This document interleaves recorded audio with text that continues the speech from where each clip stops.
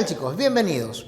Hoy vamos a desarrollar un tema que es muy interesante porque no solamente interesa a la lingüística, sino vamos a apelar a algunos criterios de la sociología y de la historia. Hoy vamos a hablar de la realidad lingüística de nuestro país. Y para eso es necesario que primero conozcamos qué es el multilingüismo. Este se define como un fenómeno de coexistencia de lenguas dentro de un mismo territorio. Como causas para este fenómeno podemos señalar la pluriculturalidad, es decir, en un territorio se desarrollaron varias culturas. Ese es el caso, por ejemplo, del Perú. Tú en historia aprendes sobre los chavín, los chimú, los nazca, los guari, los incas, etc. Cada una de estas culturas tuvo su propia expresión, tuvo su propio código como reflejo de su identidad. Y ya que abordamos este tema, pese a lo que algunos críticos pueden haber señalado respecto de que el multilingüismo es un factor que impide el desarrollo porque le resta homogeneidad, le resta integración a un país, eso es muy falso. O sea, no hay nada más alejado de la realidad, porque simplemente estamos frente a un fenómeno de diversidad, de riqueza cultural. Pongamos ejemplos de otros países que son pluriculturales, que son multilingües. Suiza es uno de ellos. Hay 3 idiomas en Suiza: el alemán, el francés y el italiano. España, además del español que ellos llaman castellano, en España se habla catalán, gallego, vasco y algunos otros dialectos menores. En el caso de Estados Unidos, el 30% de la población es hispanohablante.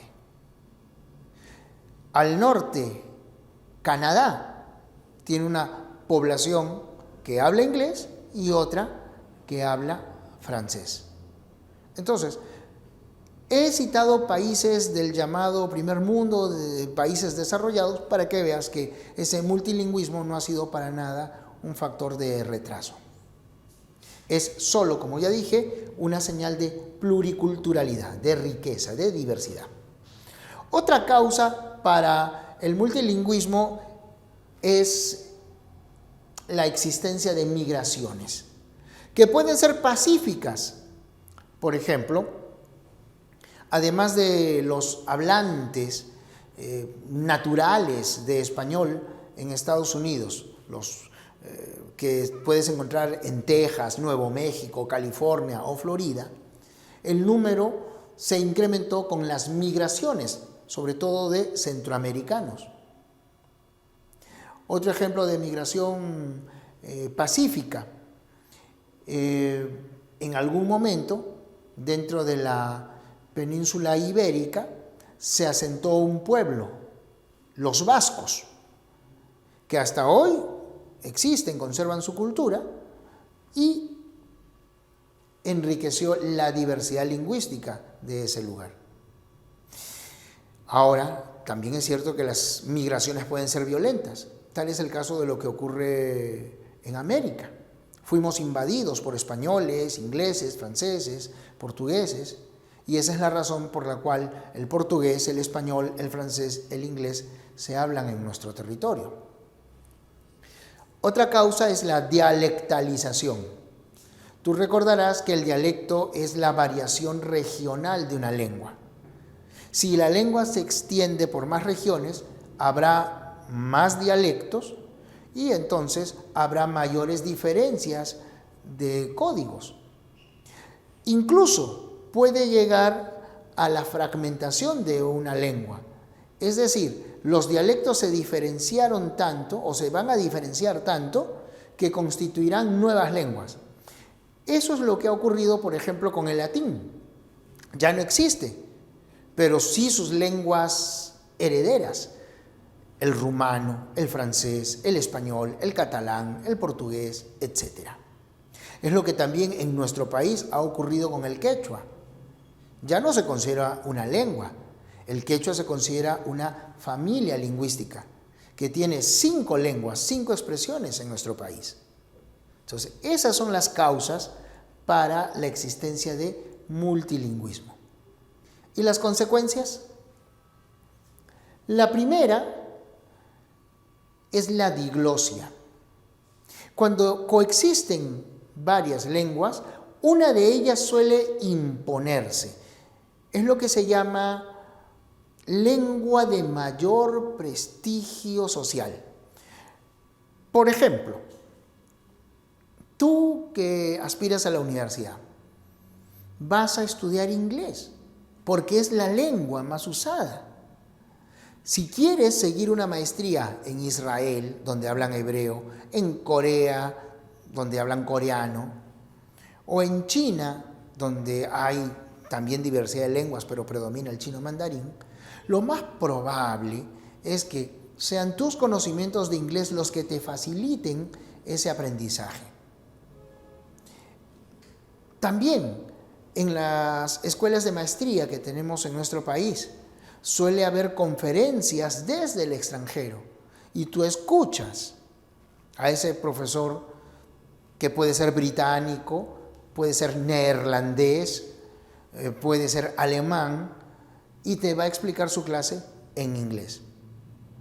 Hoy aprendemos inglés porque es la lengua de mayor prestigio, como entre fines del siglo XVIII y comienzos del XIX lo fue el francés, como en los siglos de la llamada Edad de Oro, el 16 y el 17, lo fue el español.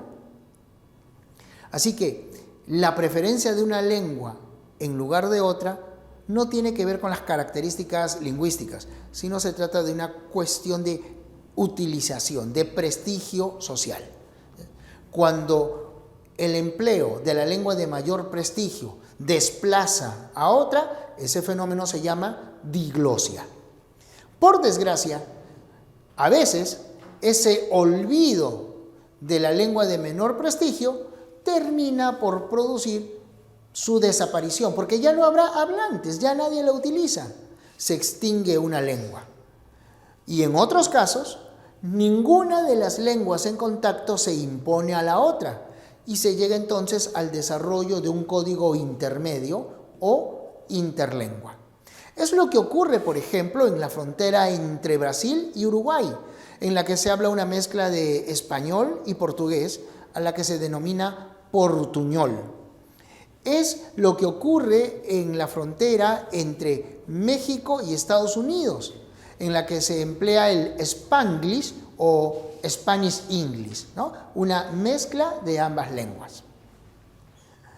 Ahora sí, estás mejor preparado para escuchar nuestra siguiente explicación sobre nuestra realidad lingüística. Y para hacerla todavía más dinámica, es necesario que manejes algunos conceptos. Atención a este glosario mínimo. Cuando hablamos de familia lingüística, nos referimos a un grupo de lenguas que tienen un origen común y que comparten una serie de rasgos semejantes. Por ejemplo, las lenguas romances anteponen el artículo al nombre, ¿no? Por ejemplo, el doctor, le doctor, il doctore, etc. Ese rasgo común se denomina cognado. Entonces, el cognado es un rasgo de semejanza entre lenguas que pertenecen a una misma familia. Hablamos de varias zonas. Entre esas zonas existe o se traza una línea imaginaria. Esa línea que separa los lugares en que se emplean diferentes códigos, diferentes lenguas, diferentes dialectos, esta especie de frontera lingüística se denomina isoglosa. Y por último, dos conceptos que a veces se confunden, el de lengua madre y el de lengua materna. Una lengua madre es la que da origen a otras. Por ejemplo, el latín es la lengua madre del rumano, del francés, del español, del italiano, del catalán, etc. Es la lengua que dio origen a otras lenguas. Y la lengua materna es la primera lengua que adquirimos. Esa lengua en la que nosotros desarrollamos nuestra competencia lingüística. Esa lengua en la que aprendemos a decir mamá, papá, etc. Ten en cuenta estos conceptos para nuestra siguiente explicación.